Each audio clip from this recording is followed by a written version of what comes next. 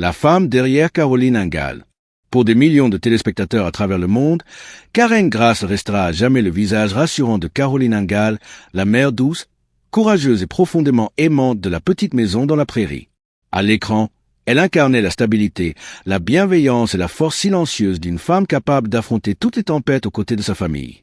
Une figure maternelle devenue mythique, presque intemporelle, gravée dans la mémoire collective comme un symbole de chaleur et de valeur familiale. Mais derrière ce sourire apaisant et cette image idéalisée se cachait une réalité bien plus sombre, bien plus tourmentée, que peu de fans auraient pu imaginer. Loin des champs paisibles de Walnut Grove et des scènes baignées de lumière, la véritable vie de Karen Grass fut marquée par des épreuves profondes, des blessures invisibles et des combats intérieurs acharnés. Très jeune, elle fut confrontée à la fragilité humaine, à la violence silencieuse de l'instabilité familiale et à des tragédies personnelles qui allaient façonner son caractère pour toujours. Un mariage brisé, des relations toxiques, un environnement professionnel parfois humiliant et surtout une lutte longue et douloureuse contre l'addiction à l'alcool vinrent assombrir un parcours que l'on croyait pourtant exemplaire. Ce contraste saisissant entre la femme forte qu'elle incarnait à l'écran et la réalité de ses souffrances personnelles rend son histoire d'autant plus bouleversante. Car tandis que le public voyait en elle une mère idéale, Karen, elle, tentait simplement de survivre, de se reconstruire, de donner un sens à une vie souvent dominée par le doute, la honte et la peur de reproduire les erreurs de son passé.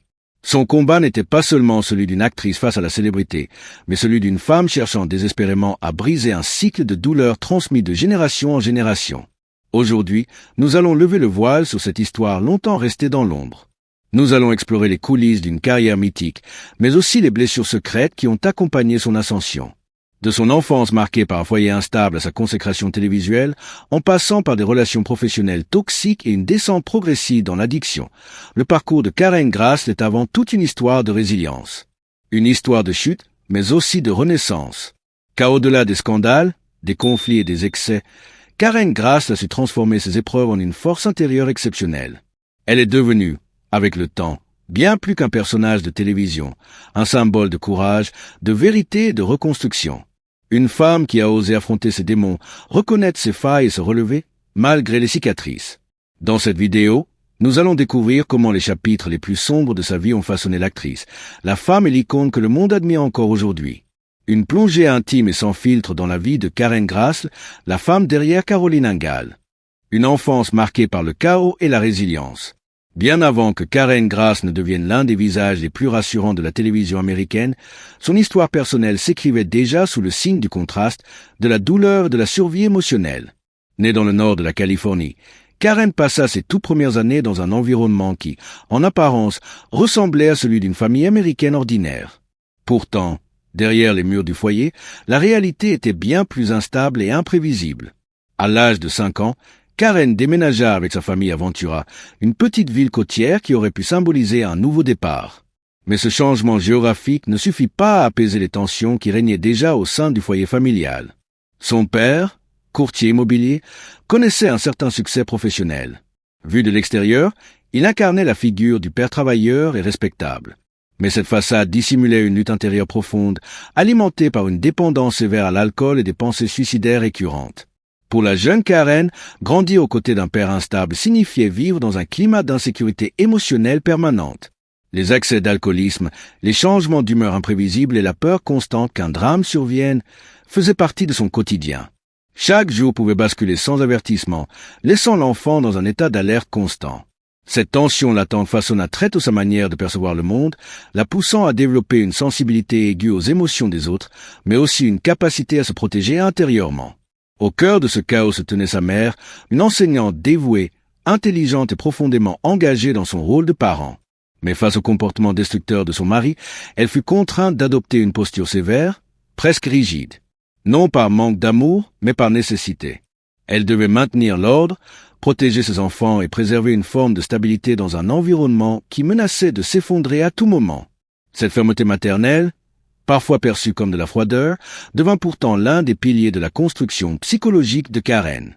Plus tard dans sa vie, Karen reconnaîtra que c'est précisément cette image de sa mère, forte malgré l'adversité, qui inspira son interprétation iconique de Caroline Ingalls. « Ma vie est très différente de la sienne », expliquera-t-elle un jour, « mais j'ai basé ce personnage sur l'image forte de ma propre mère. » Cette confession révèle à quel point les blessures de l'enfance peuvent devenir, paradoxalement, une source de création et de vérité artistique. Cependant, grandir dans un tel environnement laissa des cicatrices profondes.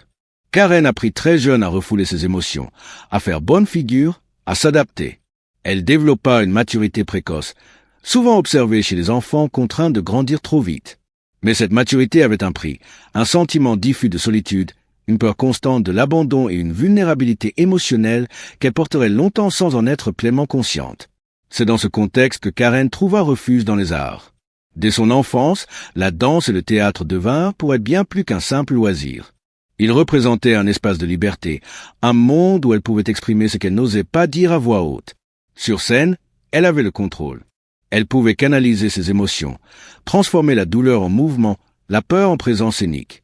Chaque pas de danse, chaque réplique apprise était une échappatoire à la réalité parfois étouffante de son foyer. À l'école, Karen s'investit pleinement dans les activités artistiques. Elle participa aux pièces de théâtre scolaire, suivit des cours de danse et se distingua rapidement par son sérieux et son talent naturel. Là où d'autres enfants jouaient pour s'amuser, elle jouait pour survivre émotionnellement. La scène devint son sanctuaire, un lieu où elle se sentait enfin vue et entendue. Cette passion, nourrie par la nécessité intérieure de s'exprimer, l'accompagna jusqu'à la fin de son adolescence. En 1959, elle obtint son diplôme du lycée de Ventura, marquant la fin d'une enfance difficile mais fondatrice. Derrière elle, elle laissait une maison remplie de souvenirs douloureux, mais aussi une force intérieure forgée par l'adversité. Devant elle s'ouvrait un avenir incertain, mais porteur d'espoir. Sans le savoir encore, ses premières années marquées par l'instabilité, la peur et la résilience allaient devenir la base émotionnelle de toute sa carrière. Chaque rôle qu'elle incarnerait, chaque personnage maternel, chaque regard empreint de compassion trouverait sa source dans cette enfance chaotique. Karen Grass ne jouait pas la force, elle la connaissait intimement. Entre ambition, excellence et instabilité. Lorsque Karen Grass quitta définitivement le foyer familial, elle ne fuyait pas seulement une enfance marquée par l'instabilité émotionnelle. Elle poursuivait un rêve nourri depuis des années, transformer sa passion pour les arts du spectacle en une véritable vocation. Pour elle, le théâtre et la scène n'étaient pas un simple choix de carrière, mais une nécessité intérieure, presque une promesse qu'elle s'était faite à elle-même pour donner un sens à tout ce qu'elle avait vécu. Après l'obtention de son diplôme de lycée à Ventura en 1959, Karen entama un parcours universitaire exigeant et ambitieux. Elle fut d'abord admise au Sophie Newcomb Memorial College, rattaché à l'université de Tulane. Ce premier pas dans l'enseignement supérieur marqua un tournant important. Pour la première fois, elle évoluait dans un environnement intellectuel stimulant, loin du chaos familial, où son talent et sa discipline pouvaient pleinement s'exprimer. Elle y développa une rigueur académique qui allait devenir l'une de ses grandes forces. Peu de temps après, Karen poursuivit ses études à l'Université de Californie à Berkeley, l'un des établissements les plus prestigieux du pays. En 1965, elle y obtint un double diplôme en anglais et en art dramatique, preuve éclatante de sa polyvalence intellectuelle et artistique. Cette formation approfondie ne se limita pas à l'apprentissage de techniques de jeu. Elle affina sa compréhension des textes, des personnages et des émotions humaines. Karen ne se contentait pas d'interpréter des rôles, elle les analysait, les déconstruisait et les incarnait avec une sincérité rare. Son excellence académique et son engagement artistique furent rapidement reconnus. Elle reçut une bourse Fulbright, une distinction extrêmement prestigieuse, qui lui permit d'étudier à la London Academy of Music and Dramatic Art. Ce séjour à Londres constitua l'une des expériences les plus formatrices de sa vie. Plongée dans une tradition théâtrale riche et exigeante, elle découvrit une nouvelle approche du jeu, plus introspective, plus rigoureuse et profondément ancrée dans la vérité émotionnelle. À Londres, Karen travailla sans relâche. Elle observa, apprit, échoua parfois, mais surtout, elle grandit. Chaque cours, chaque répétition renforçait sa conviction qu'elle était à sa place sur scène. Pourtant, malgré cette formation exceptionnelle et ses débuts prometteurs, la réalité du monde professionnel allait rapidement la rattraper. De retour aux États-Unis, Karen se lança dans une carrière théâtrale qui, bien que riche artistiquement, fut marquée par une instabilité financière constante. Son premier engagement professionnel significatif fut une saison au Front Street Theatre à Memphis, dans le Tennessee. Ce contrat, loin des projecteurs de Broadway, représentait une opportunité précieuse, mais aussi un rappel brutal des difficultés du métier. Les revenus étaient modestes, les contrats temporaires et l'avenir toujours incertain. Au fil des années, Karen se produisit dans de nombreux théâtres résidentiels et de répertoires à travers le pays. Elle participa à des productions originales pour PBS et décrocha même des rôles dans plusieurs feuilletons télévisés. En 1968, elle fit ses débuts à Broadway dans la pièce Gingham Dog, une production de courte durée qui ne connut pas le succès espéré. Bien que cette expérience fût importante symboliquement, elle ne lui apporta ni reconnaissance durable ni sécurité financière. Karen continua pourtant à persévérer. Elle participa à des productions notables comme Butterfly Affrey à Broadway et se produisit au Lorettoon Theatre de Denver aux côtés de talents reconnus. Elle brilla également dans Cymbeline lors du Shakespeare in the Park, partageant la scène avec des acteurs qui deviendraient plus tard des figures majeures du cinéma, tels que Christopher Walken, Sam Waterston et William Devane. Artistiquement, ces expériences furent enrichissantes. Financièrement, elle restait précaire. Cette contradiction entre succès artistique et insécurité matérielle pesa lourdement sur Karen. Malgré son talent indéniable et son parcours impressionnant, elle peinait à joindre les deux bouts.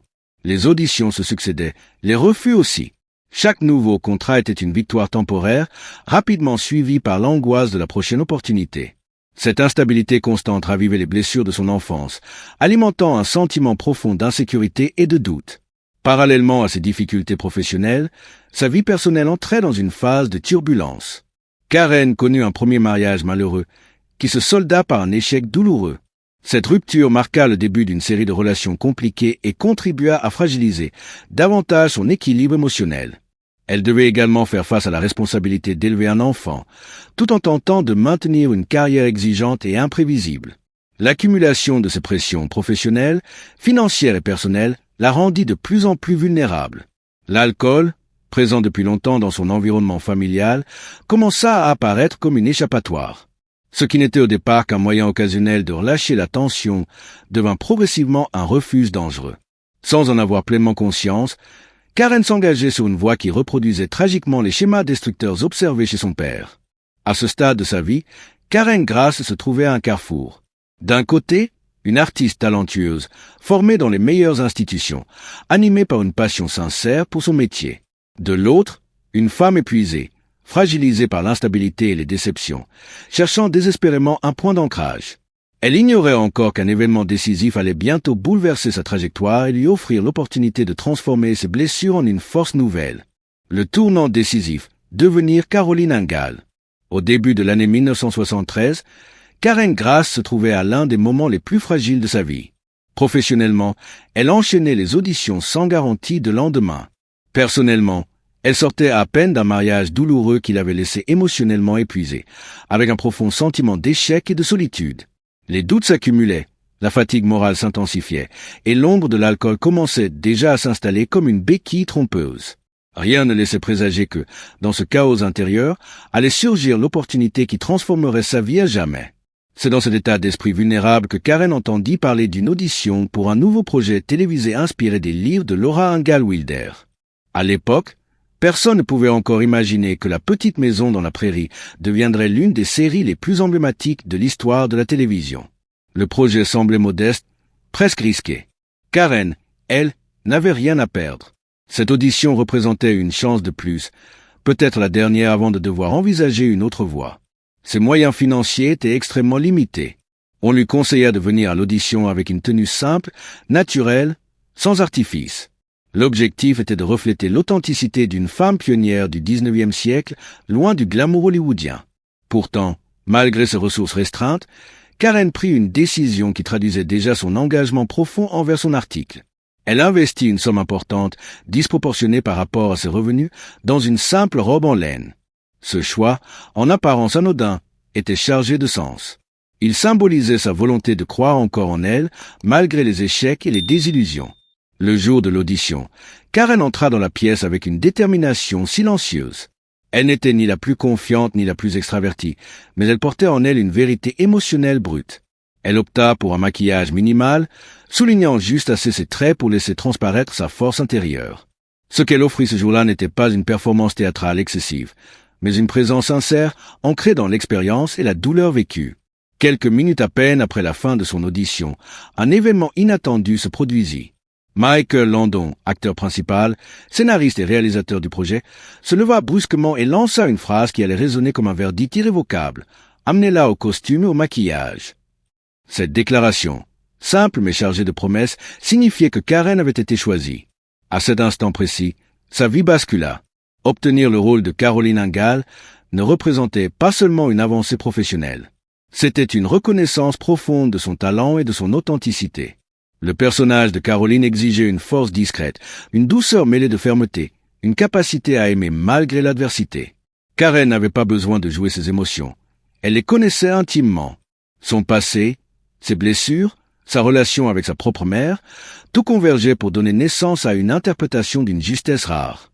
Lorsque La Petite Maison dans la Prairie fut lancée en 1974, le succès fut presque immédiat. La série toucha le public par sa simplicité, ses valeurs humaines et son ancrage émotionnel profond. Karen, aux côtés de Michael Landon, trouva enfin un sentiment de stabilité qu'elle n'avait jamais connu auparavant. Pour la première fois, elle bénéficiait d'un revenu régulier, d'une reconnaissance nationale et d'un cadre de travail structuré. Travailler avec Michael Landon fut d'abord une expérience intimidante. Landon portait sur ses épaules une immense responsabilité. Il écrivait, réalisait, produisait et jouait.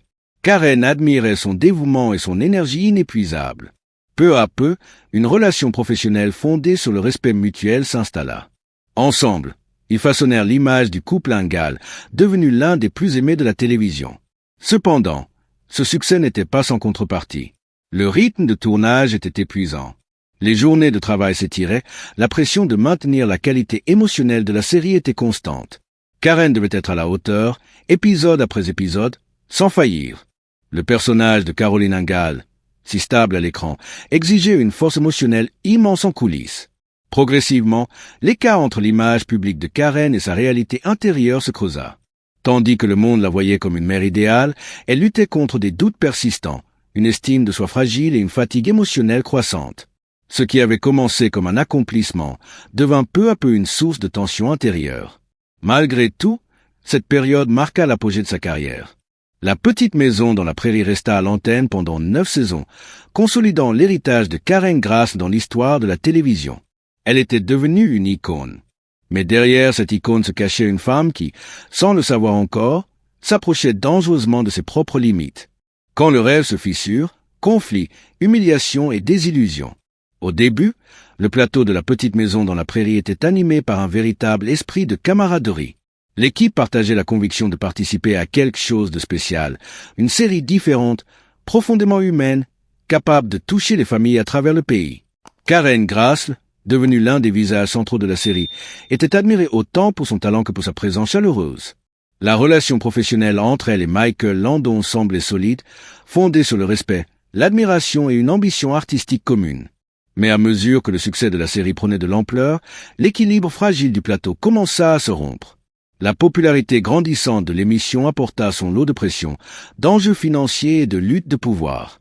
Michael Landon, déjà figure dominante en tant qu'acteur principal, scénariste et réalisateur, détenait un contrôle quasi total sur la production. Cette concentration de pouvoir allait progressivement transformer la dynamique de travail au détriment de Karen Grass.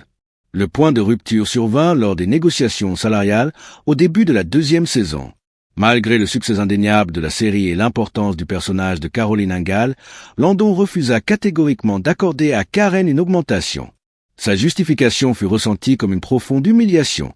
Il estimait que son salaire devait rester équivalent à celui des enfants acteurs. Pour Karen, cette position était non seulement injuste, mais profondément insultante.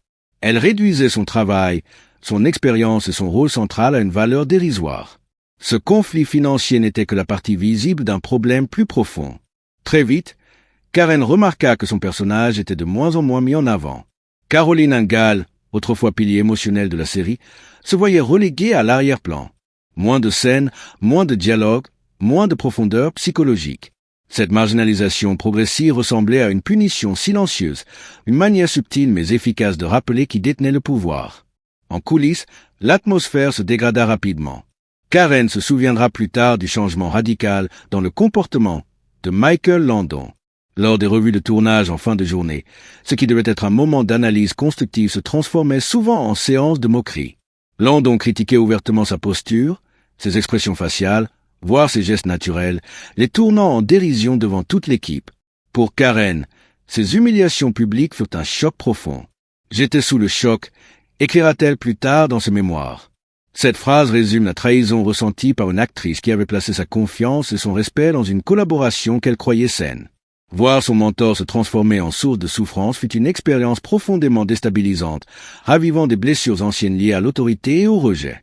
Les situations les plus douloureuses survinrent lors du tournage de scènes intimes, censées évoquer la tendresse et la complicité du couple Ingalls. Dans ces moments délicats, certains membres masculins de l'équipe, encouragés par l'attitude de Landon, se permirent des plaisanteries grossières et déplacées. Ce qui aurait dû être un espace professionnel respectueux devint un terrain d'humiliation et de malaise. Karen se sentait exposée, vulnérable et privée de toute possibilité de réplique. Lors d'un épisode particulièrement marquant, Landon se mit à rire d'elle devant l'équipe réunie pour visionner les prises du jour. Coincée dans l'espace étroit du décor, Karen dut supporter ces remarques cinglantes sans pouvoir s'échapper. Le silence des témoins, tout aussi lourd que les paroles prononcées, renforça son sentiment d'isolement. Chaque rire, chaque regard détourné lui rappelait cruellement qu'elle était seule. Malgré cette pression constante, Karen choisit de rester professionnelle. Elle refusa de réagir avec colère ou de provoquer un scandale public. Cette retenue, admirable mais coûteuse, laissa des cicatrices émotionnelles profondes. Elle expliqua plus tard qu'elle ne réclamait pas des privilèges, mais simplement un salaire équitable et le respect dû à son travail. Ce climat toxique ne passa pas inaperçu. En coulisses, les murmures se multipliaient. Certains collègues commençaient à remettre en question les méthodes de Landon, autrefois admiré pour son talent et son humanité. L'exclusion progressive de Karen des intrigues principales devenait un sujet de discussion récurrent, révélant les failles d'une industrie qui, derrière le vernis du succès, tolérait encore trop souvent l'injustice et le sexisme.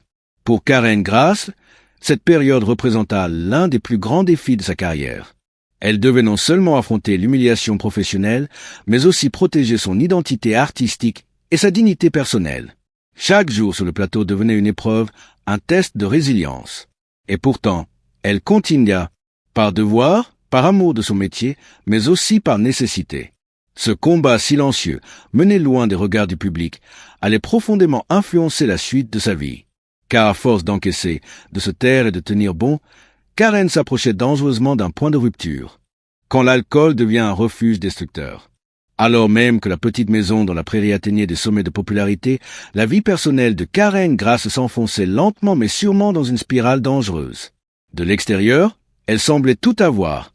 La reconnaissance du public, une stabilité financière enfin acquise et un rôle iconique qui la plaçait parmi les figures les plus aimées de la télévision américaine. Mais derrière les projecteurs, Karen vivait une réalité bien différente, dominée par la solitude, l'épuisement émotionnel et une dépendance croissante à l'alcool. L'alcool n'entra pas brutalement dans sa vie. Il s'installa progressivement, presque insidieusement, comme une solution temporaire pour apaiser l'angoisse et la douleur. Les humiliations vécues sur le plateau, la pression constante de la performance, les blessures non cicatrisées de l'enfance et les échecs sentimentaux formaient un cocktail émotionnel explosif. L'alcool devint alors un moyen de se déconnecter, de faire taire les pensées envahissantes et de supporter une réalité devenue trop lourde. Pendant près d'une décennie, Karen lutta contre cette addiction tout en continuant à travailler. Ce double combat était épuisant. Chaque journée de tournage nécessitait une énergie immense, une présence émotionnelle constante, alors même que son corps et son esprit étaient affaiblis. À plusieurs reprises, son état d'ébriété devint difficile à dissimuler. Les équipes de maquillage et de costumes devaient redoubler d'efforts pour masquer les signes visibles de son épuisement et de sa consommation excessive. Cette situation créait un contraste douloureux entre l'image irréprochable de Caroline Ingalls et la réalité intérieure de Karen. À l'écran, elle incarnait la dignité, la force morale et la stabilité. En coulisses, elle se sentait brisée, honteuse et de plus en plus impuissante face à sa dépendance. Cette dissonance alimentait un cercle vicieux. Plus elle se sentait coupable, plus elle buvait pour oublier. Ses relations personnelles en souffrirent profondément. Karen reconnut plus tard qu'elle avait toujours du mal à faire des choix sains en matière de partenaire. « Je n'ai jamais su faire de bons choix », confiera-t-elle. L'alcool altérait son jugement et l'entraînait dans des relations chaotiques, souvent avec des personnes elles-mêmes en difficulté. Un épisode marquant illustre tragiquement cette perte de repère. Lors d'un vol, elle suivit impulsivement un homme qu'elle venait à peine de rencontrer jusqu'à son domicile. Un geste révélateur de l'état de vulnérabilité dans lequel elle se trouvait.